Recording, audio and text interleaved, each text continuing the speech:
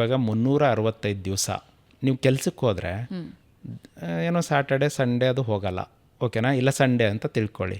ಎಷ್ಟು ಹೋಗ್ತೀರಾ? ತಿಂಗಳಿಗೆ ಒಂದು 25 ದಿವಸ ಹೋಗ್ತೀರಾ. ಯೂಟ್ಯೂಬ್ಗೆ ಯಾಕೋ ಯೋಚನೆ ಮಾಡಲ್ಲ ಆ ಥರ 25 ದಿವಸ ವರ್ಕ್ ಮಾಡಬೇಕು ಅಂತಂದು? ಯಾರೂ ಮಾಡಲ್ಲ. ನಾನು ಅದಕ್ಕೆ ಹೇಳಿದೆ, ಯೂಟ್ಯೂಬ್ ವರ್ಕ್ ಆಗೋದು ಬಿಸ್ನೆಸ್ ಮೈಂಡ್ ಸೆಟ್ ಇರಬೇಕು. ಓನಾಗಿ ಏನೋ ಮಾಡ್ತೀನಿ ಅನ್ಬೇಕು, ನನಗೆ ಕೇಳೋನು ಹೇಳೋನು ಯಾರೂ ಇರಬಾರ್ದು ಅಂತ ಅನ್ಬೇಕು. ಸೊ ಈಗ ಇಲ್ಲಿ ನಾವು ವರ್ಕ್ ಮಾಡಲ್ಲ, ನಮ್ಗೆ ಯಾರು ಹೇಳಲ್ಲ, ಯಾರು ಕೇಳಲ್ಲ. ನಮ್ಮ ಅಣ್ಣ ಇನಿಷಿಯಲಿ ಹೇಳಿರ್ಬೋದು ನನಗೆ ಮಾಡು ಅಂತಂದು, ಬಟ್ ನನ್ನ ಕಂಟೆಂಟ್ಗೆ ಯಾವತ್ತೂ ಹೇಳಿಲ್ಲ ಅವರು.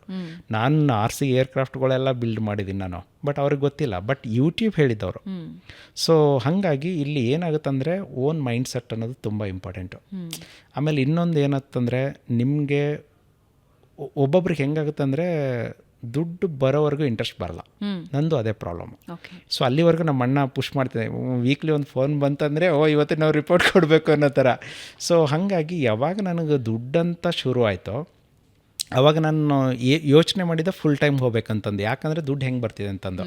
ಸೊ ಫುಲ್ ಟೈಮ್ಗೆ ಯಾವಾಗ ಜಂಪ್ ಹೊಡೆದೆ ಅವಾಗಲೇ ನಮಗೂ ಟೈಮ್ ಸಿಕ್ಕಿರೋದು, ಯೋಚನೆ ಮಾಡೋಕ್ಕೆ ಟೈಮ್ ಸಿಕ್ಕಿರೋದು. ಪಾರ್ಕಲ್ಲಿ ಹೋಗಿ ಬುಕ್ ತೊಗೊಂಡು ಬರ್ಕೊಂಡು ಕೂತ್ಕೊಳ್ತಿದ್ದೆವು.